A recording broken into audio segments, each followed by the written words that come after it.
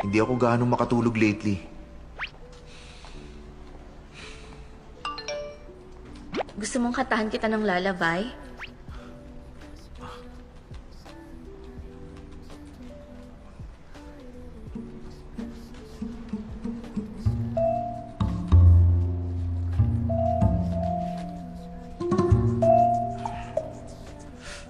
Pinatay pa yung aircon? Parang ang init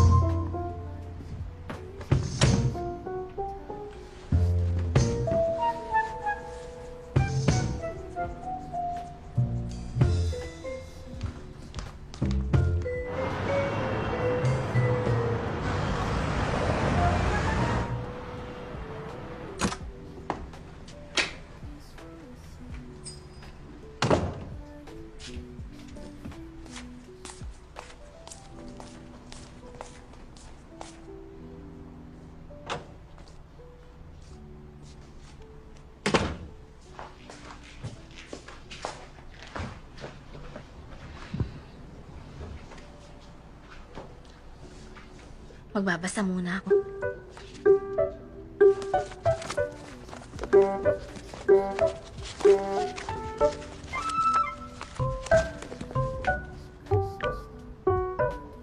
Pwede ba akong manghiram ng ilang libro mo?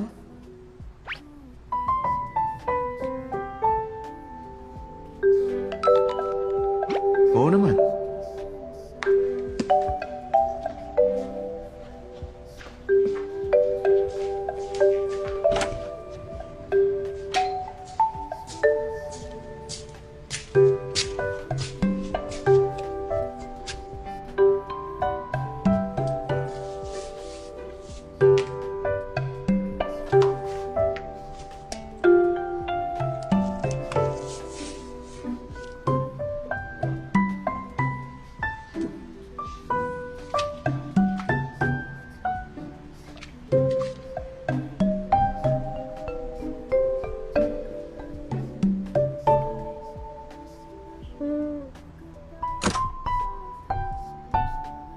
Yaw, nandito na ako. Mabuti naman. Hmm, May niluto akong masarap para sa'yo. talaga? Ano bang niluto mo? Ang bango Ha? Malalaman mo rin mamaya. Uminom ka ba? Hmm. Amoy alak ka eh. Ay, oo nga, no? Maliligo lang ako.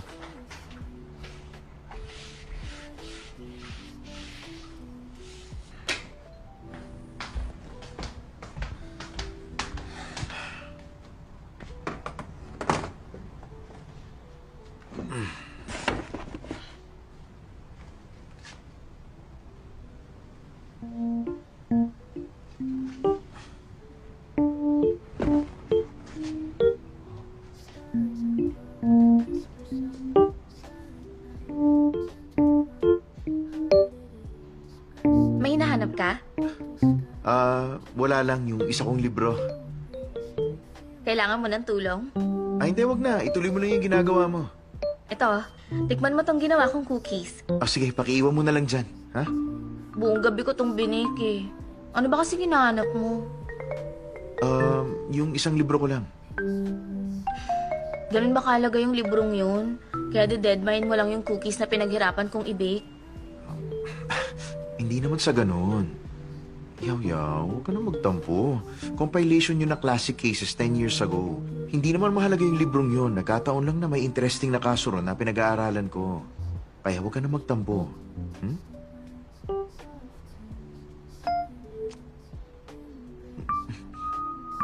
Choyaw, tinago mo ba yung libro?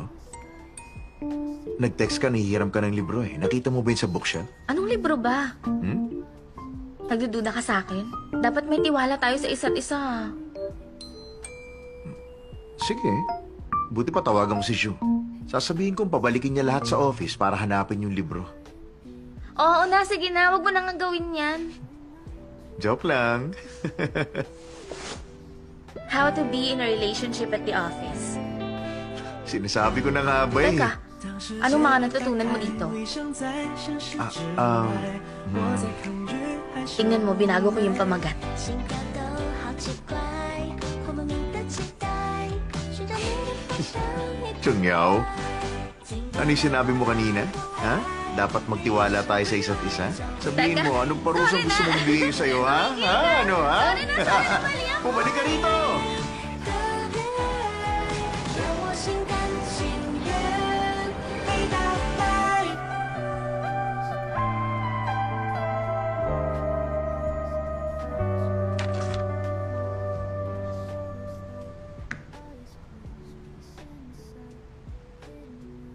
Busy ka ba? Mag-hotpot kaya tayo mamaya after work.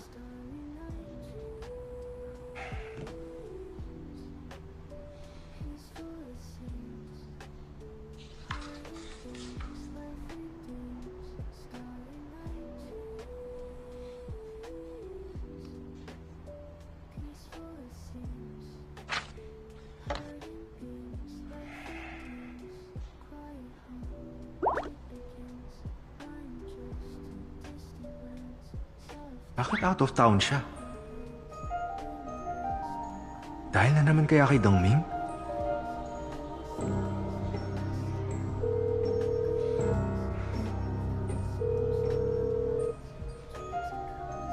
Hello, Mr. Wang. Ako to. May emergency akong kailangang puntahan ngayon eh. Pakisundo mo ako, please. Oo, ngayon din mismo. Magdala ka rin ng car repair tools, okay? O sige, bye.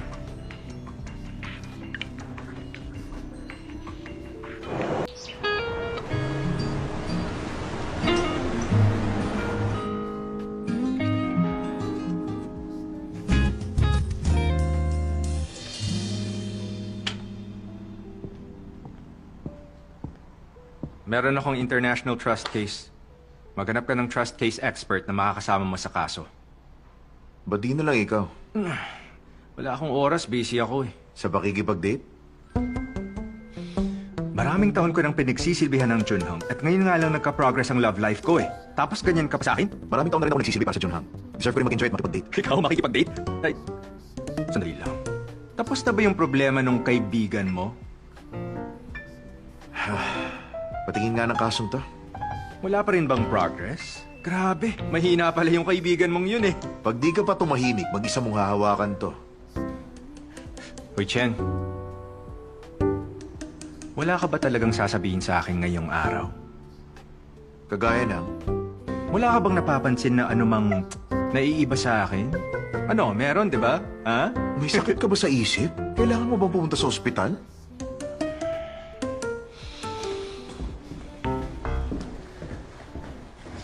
Oh, Ito. Ito, tingnan mo to. Yung necktie ko. Tingnan mo. Bakit? Anong masasabi mo sa pagkatali niya? Pulido, di ba? Maayos, di ba? Oo, ngayon. Nilagay ito ni Changxi. Para ka talaga si Raulo eh. Office ko to, wala ka sa WeChat. Ba't dito mo pinagyayabang yung love life mo? Sus naman to. Obvious na inggit ka eh. Sabihin mo sa kaibigan mong galingan niya. Baka mamaya maunahan ko pa siya eh. Hayaan mo na nga. Mabuti pa, tulungan na lang kita. Bibigyan kita ng support. Okay? Pagdating kasi sa love, parang daig ka pa ng Ano sabi kindergarten. mo? Sabi ko, matalino ka.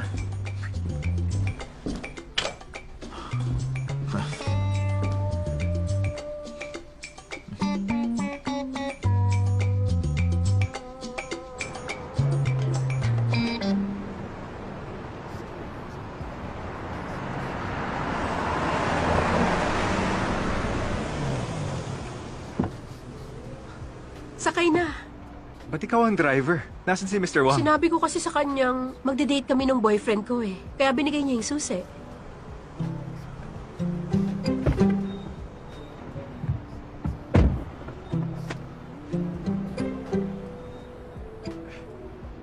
tinawag mo sa akin?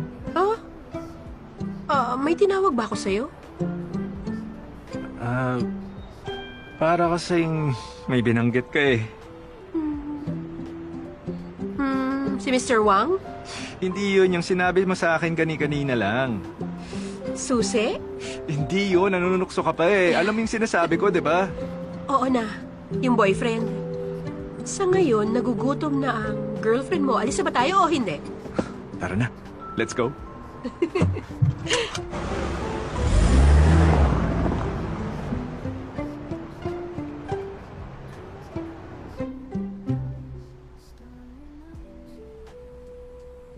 Hello, Baurue? Pakisend yung flight details. Pag-usapan natin yung case details sa aeroplano bukas.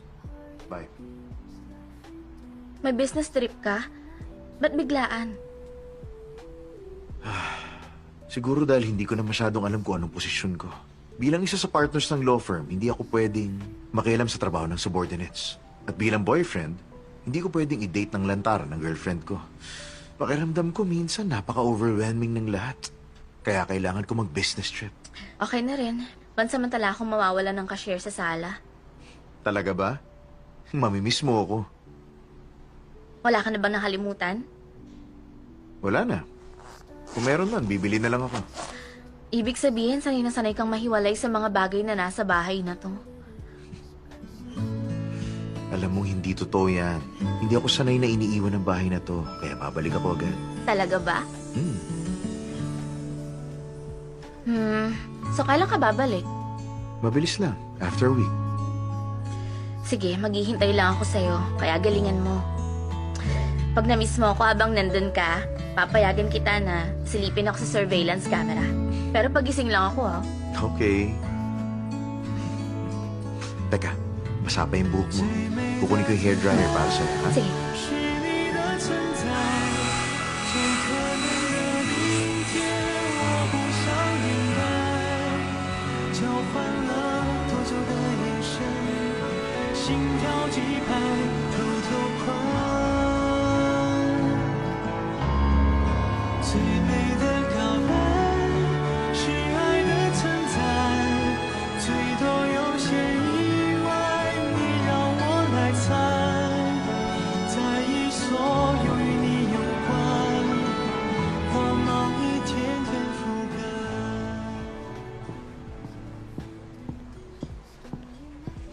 Boss, coffee mo. Thanks. Mukhang good mood ka, boss, ah. May maganda ba nangyari? Basta happy ka. Happy rin ako. Pakishare naman sa akin yung good news. Akin ang listahan ng lawyer sa kasong to. Hi, Attorney Chen.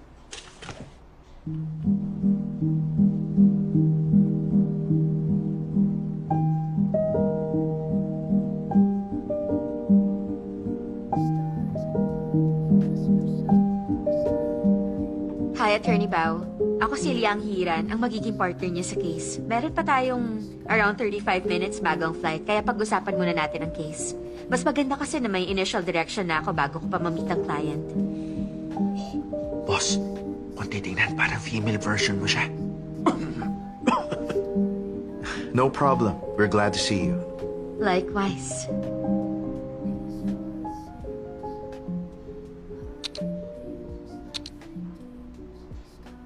Guys, mukhang makukuha na ni Attorney Liang ang puso ni boss. Attorney Chen, yan yung overseas asset ng client. Pina-translate ko na sa company in advance at saka pina-organize ko na rin. Sa ngayon, gusto ko munang malaman ng opinions and suggestions mo. Okay. Barwe? Ba't di mo sinend yung overseas asset ng client? Ha? Tingnan mo. Sinend ko yun? Ha? Hindi ko na-receive yan, ah. Hindi yan kasalanan ni Attorney Bao. Galing sa overseas company email ng client yung file, kaya malamang sa spam niya napunta yung email. Maski ako, hindi ko agad makikita yon. Oo nga, tama. Sorry. Hindi namin agad na-check yun. Salamat, ha. Welcome. I'm looking forward to working with Junhang Firm.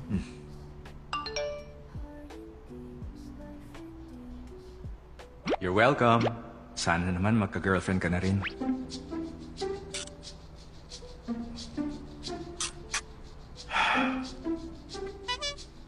Nagkakamali ka.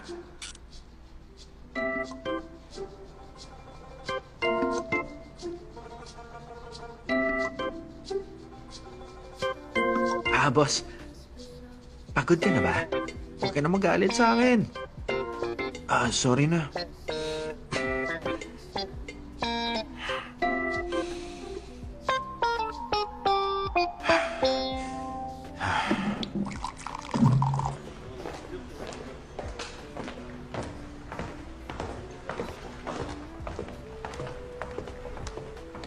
Lin Fang Juan, iatras mo na lang ang kaso. Naaawa ako sa abogado ko na kailangan niya pang problemahin ng isang gaya mo.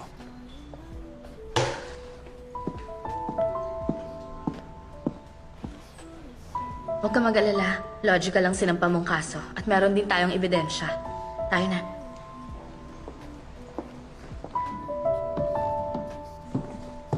Judge Mang, I'm so glad to see you again.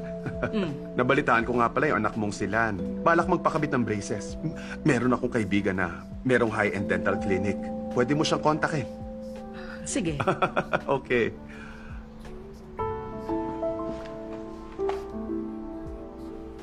Attorney Chong, kilala ba yung judge ng abogado ni Lujian?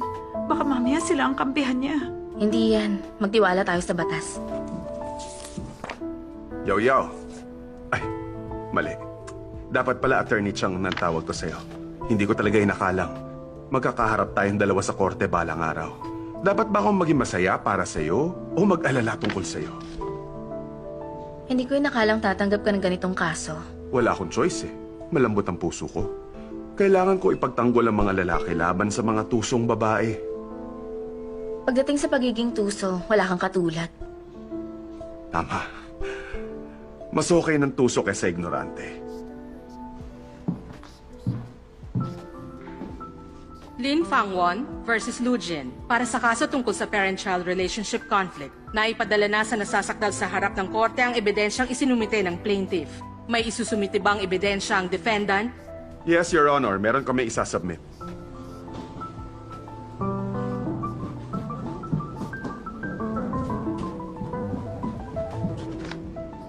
Michelle. Both parties pwede nyo nang ipresenta ang ebidensya nyo. Plaintiff? Ang hawak naming ebidensya consistent sa evidence list namin, Your Honor. Defendant? Your Honor, unfortunately itong kliyente ko, nang magpa-check up siya sa ospital, nakumpirma ang diagnosis sa kanya bilang isang pasyenteng azoospermic at meron siyang congenital anorchia na hindi na magagamot kailan. Maski ako magme-mental breakdown. Kung ang nakuha ko abogada, ganyan lang ang kaya. At manunood at tatayo na lang. Okay, mukhang wala tayong mapag-uusapan. Mukhang pwede na tayo umalis. Judge Mang, I apologize for the embarrassment.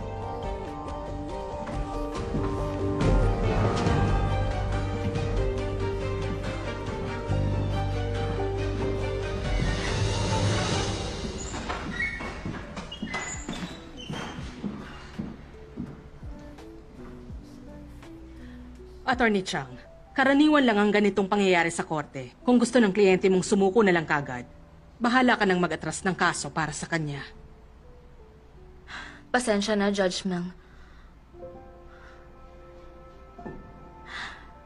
Medyo mahina kasi yung client ko eh. Lalaban ako para sa kanya. Sige, pwede naman basta magbigay ka lang ng kumpletong ebidensya. Asahan mong walang kakampihan ng korte. Salamat. Shen?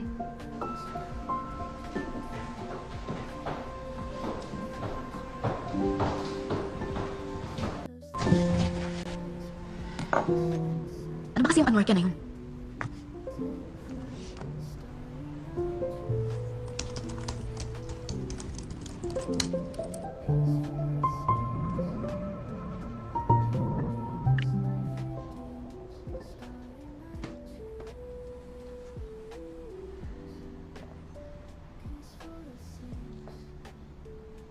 Sorry, we don't really have dial this busy at the moment. Please try again later.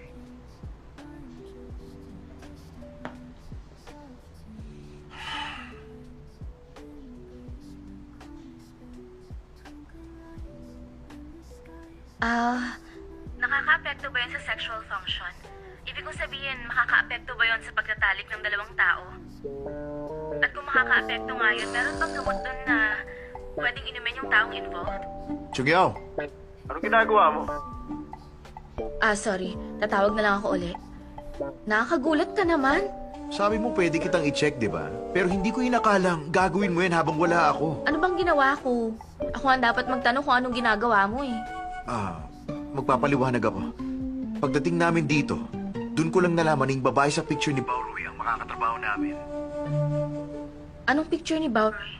Hindi ko pa yung nakikita. Wala lang. Ang ibig ko sabihin, kung ayaw mong may makatrabaho akong babae, pwede mo naman tanggihan yung cases na may female lawyers. Pwede mo direktang sabihin sa akin kung gusto mong mas bilisan ang progress ng relasyon nating dalawa. Pero wag mo naman pagdudahan ang kakayahan ko sa bagay na yun. Huwag mo akong pagdudahan. Bakit ba? Ano ba kasing iniisip mo? Ba't ka tumatawa? Teka, buti pa. Mag-video call tayo. Kailangan din kita makita eh.